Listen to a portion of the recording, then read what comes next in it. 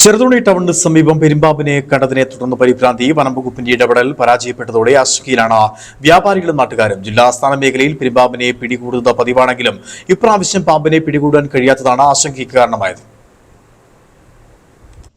ജില്ലാ വ്യാപാര ഭവന് സമീപമാണ് പെരുമ്പാമ്പിനെ കണ്ടെത്തിയത്. വ്യാപാര ഭവന് സമീപമുള്ള വ്യാപാരികളാണ് വലിപ്പമേറിയ പെരുമ്പാമ്പിനെ ആദ്യം കാണുന്നത്. 1 മണിക്കൂറോളം പാമ്പ് അതേ സ്ഥലത്ത് തന്നെ കിടന്നു. വിവരമറിഞ്ഞ ഉടൻ തന്നെ വ്യാപാരികൾ വനംവകുപ്പിനെ വിവരം അറിയിക്കുകയും ചെയ്തിരുന്നു. എന്നാൽ വനംവകുപ്പിൽ നിന്ന് 2 ഉദ്യോഗസ്ഥർ മാത്രമാണ് സ്ഥലത്തെത്തിയത്. ഉദ്യോഗസ്ഥർ പാമ്പിനെ പിടികൂടുവാൻ ശ്രമിക്കുന്നതിനിടെ പെരുമ്പാമ്പ് ഇഴഞ്ഞ് രക്ഷപ്പെടുകയായിരുന്നു.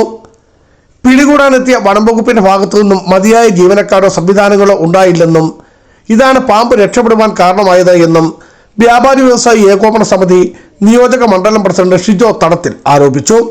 ഒരു പെരുമ്പാമ്പിനെ കണ്ടെത്തുകയും ആ പെരുമ്പാമ്പിനെ കണ്ടെത്തിയതിനെ തുടർന്ന് ഞങ്ങളത് ഫോറസ്റ്റിൽ വിളിച്ചറിയിക്കുകയും ചെയ്തിരുന്നു.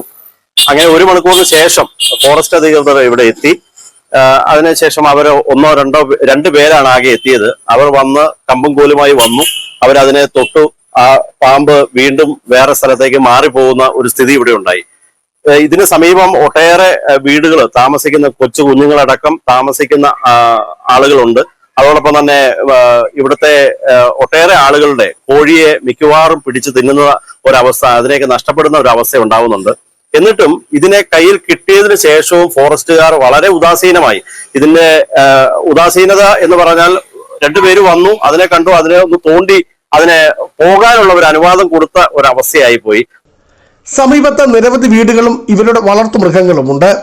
പാമ്പ് രക്ഷപ്പെട്ടതോടെ കടുത്ത ഭീതിയിലാണ് പ്രദേശവാസികൾ കഴിയുന്നത്. വനംവകുപ്പിന്റെ ഈ അനാസ്ഥയ്ക്കെതിരെ നാട്ടുകാർക്കിടയിൽ വലിയ പ്രതിഷേധം ഉയരുകയാണ്.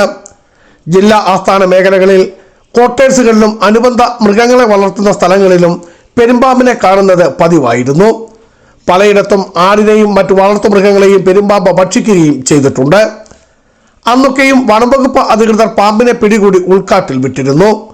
എന്നാൽ ഈ പ്രാവശ്യമാവട്ടെ വനംവകുപ്പ് അധികൃതരുടെ തികഞ്ഞ അനാസ്ഥയാണ് പാമ്പിനെ പിടികൂടുവാൻ കഴിയാതിരുന്നത്. ബിജു വൈസൻ പറമ്പിൽ, ഇടുക്കി വിഷൻ ന്യൂസ്, ഇടുക്കി.